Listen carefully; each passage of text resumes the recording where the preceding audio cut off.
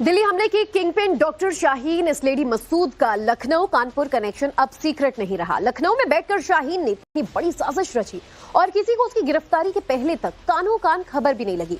जाहिर है अब सुरक्षा एजेंसियां चौकन्नी हो चुकी हैं। यूपी एटीएस ने मदरसा फाइल रेडी करने का काम शुरू कर दिया है।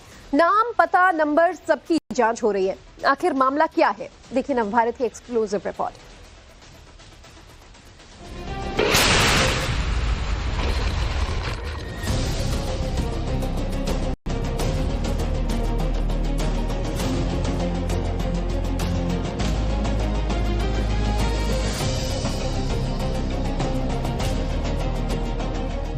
नवंबर को दिल्ली में हुए धमाके और इसमें फरीदाबाद की अल फलाह यूनिवर्सिटी का कनेक्शन सामने आने के बाद पूरे देश में सुरक्षा एजेंसीज अलर्ट मोड पर हैं। इसी के तहत उत्तर प्रदेश में भी एक्शन जारी है।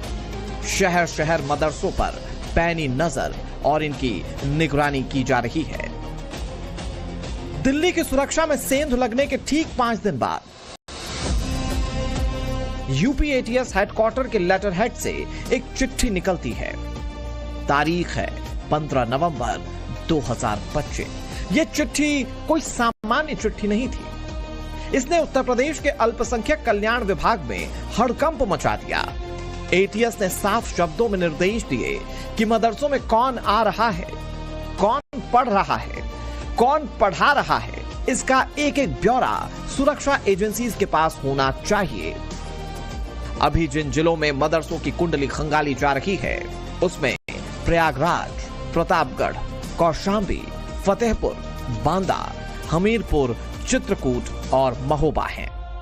यूपी एटीएस ने उत्तर प्रदेश के कई मदरसों की जानकारी अल्पसंख्यक कल्याण विभाग से चाही है। अब अल्पसंख्यक डिपार्टमेंट ने जिलों को पत्र भेजकर मदरसों की जानकारी इकट्ठा करना शुरू कर दी है। यूपी एटीएस ने 3 बिंदुओं पर जानकारी मांगी है। पहला, इस मदरसों में जो शिक्षक पढ़ाते हैं वो कहाँ के रहने वाले हैं, जो स्टूडेंट इसमें पढ़ते हैं उनकी जानकारी भी चाहिए। ये दूसरे पॉइंट है। और तीसरे पॉइंट में इनके फाइनेंशियल सोर्स की जानकारी यूपी एटीएस ने मांगी है। माइनॉरिटी डिपार्टमेंट ने जिलों से जानकारी इकट्ठा करना शुरू कर दिया है। कई जिले इसमें शामिल हैं। इसमें बहराइच, श्रावस्ती से लेकर पश्चिम पूर्वांचल के जिले शामिल हैं। लखनऊ के एक मदरसे पर मैं मौजूद हूँ। ये मदरसा दारुल उलूम वासिया है। अनुदानित जो मदरसे हैं खास तौर पर उन्हें सरकार जो ग्रांट देती है उससे वो संचालित होते हैं। लेकिन जो निजी मदरसे होते हैं वो मदरसे जकात से चलते हैं। इधर उधर से जो चंदा आता है उससे चलाए जाते हैं। हालांकि कई बार जानकारी ऐसी आई कि नेपाल बॉर्डर से जो सटे हुए जिले हैं वहां पर जो मदरसे चल रहे हैं उनका वित्तीय लेन देन संदिग्ध है, मतलब उन्हें बाहर से भी सहायता मिलती रही है। और यूपी एटीएस की एक रिपोर्ट में इसका खुलासा भी हुआ था, जिसके बाद जांच शुरू हुई थी। अब दोबारा जब दिल्ली ब्लास्ट की घटना घटी उसके बाद ये मामला चर्चा में आया है। मदरसों की भूमिका संदिग्ध दिखाई दी, जिसके बाद यूपी एटीएस ने ये जानकारी तलब की है। कई जिलों को पत्र भेजा गया है और हर मदरसे से ये जानकारी जुटाई जा रही है। एटीएस ने महज मदरसों की गिनती ही नहीं मांगी बल्कि डीप स्कैनिंग की शुरुआत की है। डिस्ट्रिक्ट माइनॉरिटी ऑफिसर को जो प्रोफार्मा भेजा गया है उसमें बेहद सीक्रेट और सटीक जानकारी मांगी गई है।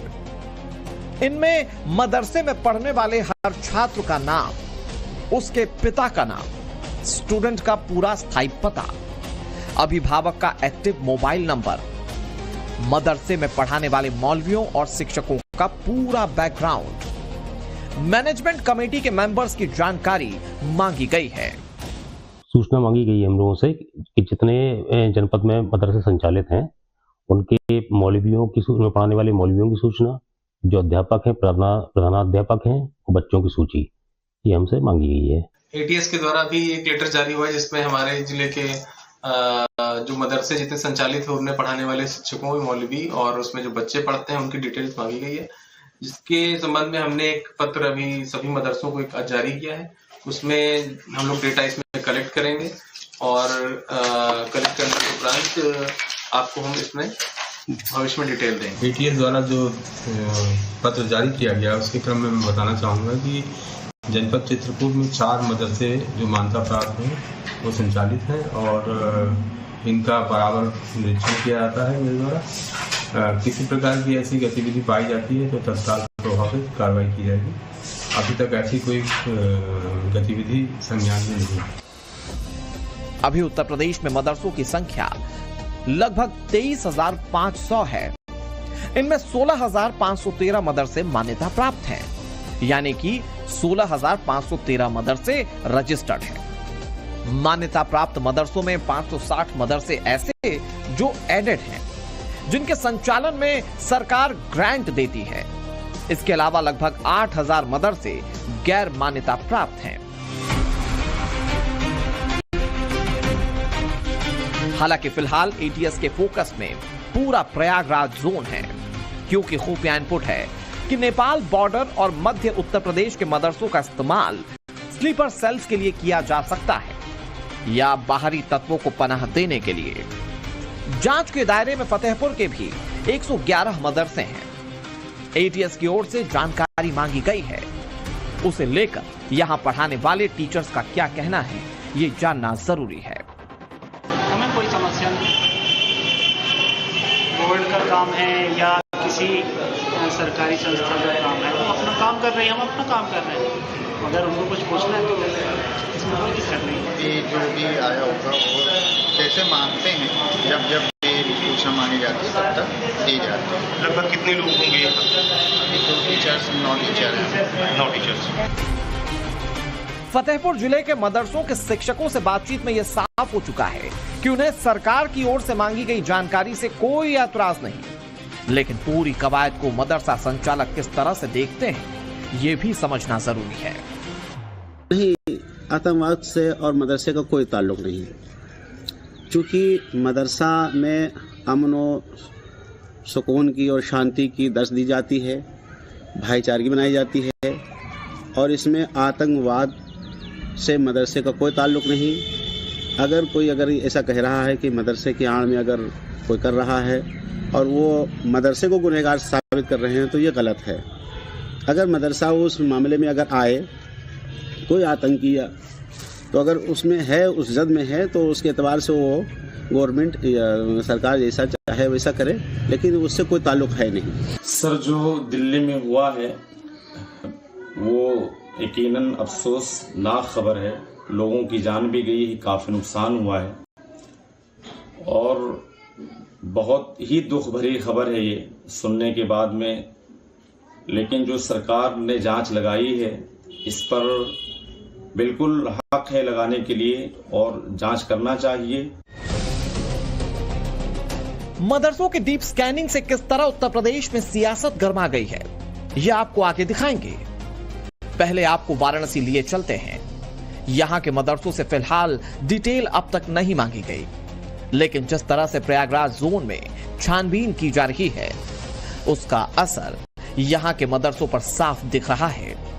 आमतौर पे अभी तक सर्वे ही होता था, लेकिन ये पहली मर्तबा ऐसा है कि जब मदरसों के अंदर सुरक्षा ऑडिट किया जा रहा है और इसे लेकर किस तरीके से मदरसों में हलचल बढ़ी हुई है। फिलहाल हमारी मौजूदगी वाराणसी के ही एक मदरसे के अंदर है और यहाँ पर इस नए शासनादेश के बाद गहमा गहमी की स्थिति है और कहीं न कहीं जो मदरसों को संचालित करने वाले लोग हैं वो थोड़े से सहमे हुए हैं। जैसे देश के सारे शैक्षिक संस्थान हैं, उसी में उत्तर प्रदेश मदरसा बोर्ड भी है।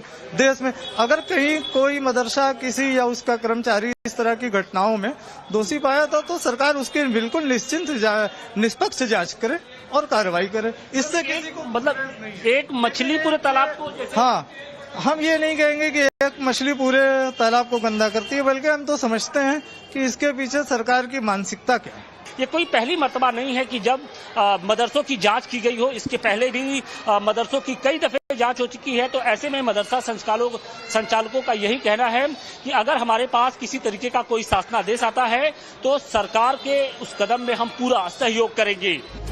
यूपी एटीएस की मदरसा फाइल्स पर अब मुस्लिम धर्मगुरुओं की भी नजर है। ये हैं मौलाना यासूब अब्बास साहब। मदरसे से लेकर डिग्री कॉलेज तक चलाते हैं। मौलाना अब्बास कहते हैं जांच से ऐतराज नहीं है, लेकिन हर मदरसे को आतंकवाद से जोड़ना ये भी ठीक नहीं कि हमारे लिए मुल्क की सालमियत पहले है, मुल्क की हिफाजत पहले है। लिहाजा अगर से रिपोर्ट मांगी है और तो उनको बिल्कुल सही अपनी चीज बताना चाहिए कि हमारे पास विदेशी स्टूडेंट कितने हैं, देसी स्टूडेंट कितने हैं, हमारी फंडिंग कहाँ से हो रही है, हमारा